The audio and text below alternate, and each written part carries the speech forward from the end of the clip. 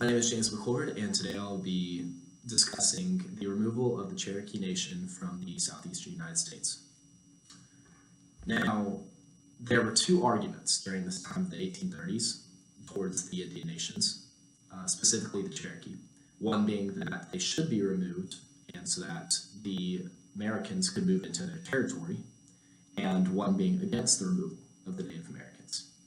Now, Andrew Jackson, being the sitting president at the time, was very for the removal of the Native Americans from that area. This might have been because of his belief that the Native Americans were inferior, and also because he used to fight in the Indian Wars against them.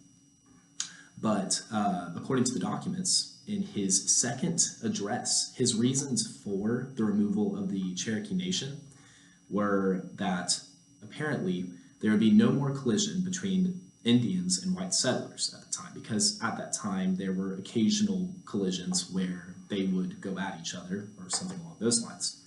Another reason why Andrew Jackson thought it was very good for the Native Americans to move out west was because civilized people can make better use of the land than the natives could, including making it more wealthy, other reasons like that.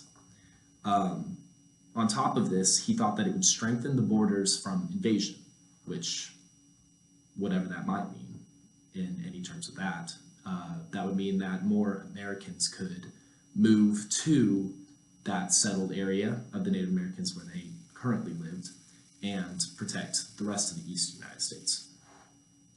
One of his other reasons during his address that Americans should move into that territory and the Native Americans should move farther west was that it would give the Native Americans space to govern themselves and strictly their own land.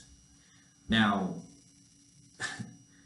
they kind of had that on their own already in their current lands, but like I said, because of their collision with the United States and how they had to sometimes abide by their laws and other stuff like that, Andrew Jackson believed that it was beneficial also to the Native Americans, not just the white Americans, that it was beneficial to the Native Americans to move out west, because then the United States wouldn't have to govern them or make sure that they were doing the right things. Another argument that Andrew Jackson made during his address was that it could possibly stop their gradual decay, because at the time the Native Americans were dying from diseases as well. They were a dying population, really. And he said that there's a chance that maybe if they move out west, that'll stop. We'll see how that works. Well, we saw how that works.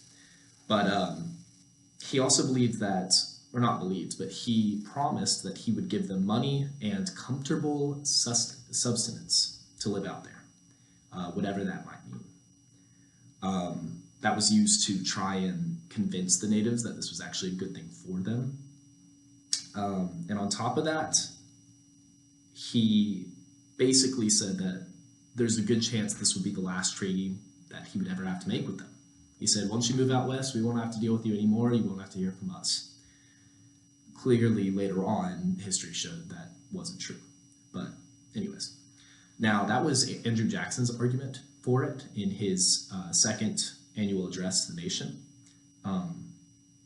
After that, General John Wool's proclamation to the Cherokee Nation to move out west or be forced out west, his reasons for that they should was that apparently they signed a treaty that stated they would move out west, and they were saying that's not true, we aren't going to. Therefore, he said that if you agree to go out west and follow your commitment to the treaty that they made, he would provide protections and provisions from U.S. troops to the Native Americans while they moved out west. If that wasn't the case and they tried to hide in the mountains as the Creeks did, or other ways of fighting back, then they would not receive these protections or provisions to move out west, and they would be forced to move out west or face the consequences. So the argument against removal was typically by the Native Americans, but there were some Americans that also agreed with them that that was wrong.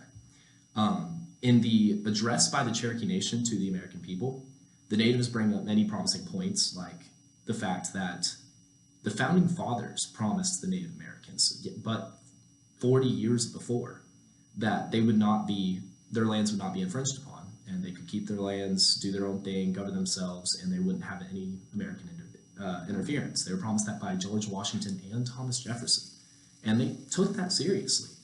And now they were wondering, why has that changed? Why is it now, a problem? Why do we have to move out west? George Washington and Thomas Jefferson, your founding fathers told us that we wouldn't have to do this. Also, the claim earlier that they had signed a treaty, that they had said to the Americans, yeah, we'll go ahead and move out west. The Cherokee Nation address to the American people says that's not true. They didn't do that. And no Cherokee would agree to move out west away from their native home. They basically stated that they already had treaties with past U.S. representatives and founding fathers, stuff like that, saying that they wouldn't have to do this. So why has that changed? That was their real question. What has changed? What's making us do this now? Another reason that the Native Americans were also very hesitant to move out west and they didn't want to is because they knew there were other Native American tribes already out west where they were going. And if that were the case, if they moved out there, who's to say that those Native American tribes won't attack them? And the Cherokee at the time were known as one of the civilized nations of Native Americans that were pretty peaceful towards white Americans and everything else.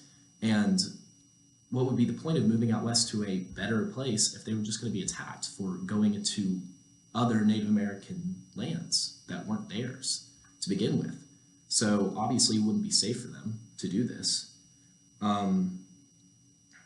Another thing is the Cherokee Native Americans, their life revolved around a different sort of climate, a different sort of ecosystem, everything, than the land they were about to move out to. The Georgia, Alabama, Mississippi, Tennessee area was mountains, it was forests, it was streams, it was creeks, it was water. And if they moved out west to the plains of Oklahoma, there's none of that. That would be like a death sentence almost, it seemed like, to them. Because one, it wasn't their own land, they didn't really know it well. But two, this was a completely different ecosystem. They would not know how to survive off of the different ways they've been living for hundreds of years, thousands of years. They've been living the same way. If they had to move that far out west, it would be nowhere near the same. But one of the biggest arguments that the Native Americans had for why they didn't want to move out west is because their forefathers were buried, lived and died in the territory that they were currently living in the East. And they didn't want to leave that behind. That meant a big deal. A big deal to them. They did not want to leave the graves of their forefathers and, all of that. The last argument that the Cherokee Nation addressed to the American people made of why this is a horrible thing for them is if the U.S. has made treaties with them before and they're not honoring them right now and they're making them move out west, who's to say they won't do it again if they somehow successfully live out west? Who's to say they won't come later down the road and try and do the same thing? They can move farther.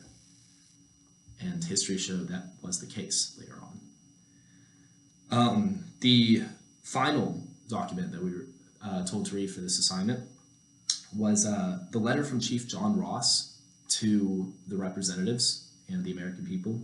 And not only him, but thousands of other Cherokees signed it.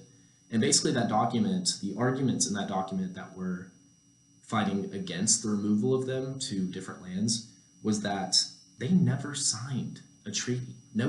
Nobody in a seat of power in the Cherokee Nation signed a treaty willingly. Nobody did that.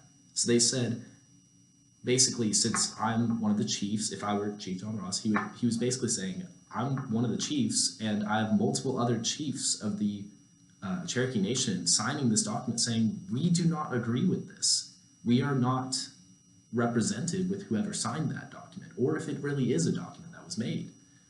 But the last argument they really made is, you're basically forcing so many liberty-loving people that agree with many of the same aspects of the American people out west and taking away their rights when many Cherokee at the time were also Christian. They were forcing their Christian brothers and sisters out west when some of them believed the same things as Americans. So basically their attempts were to make them seem just as human, which they were, just as human as the other American people, and that they deserve the same rights, and that they shouldn't have to move to faraway lands that they don't know.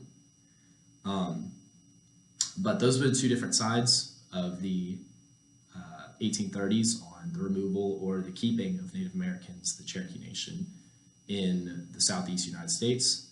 Ultimately, obviously, the Trail of Tears happened and they were forced out of their homes and moved out west.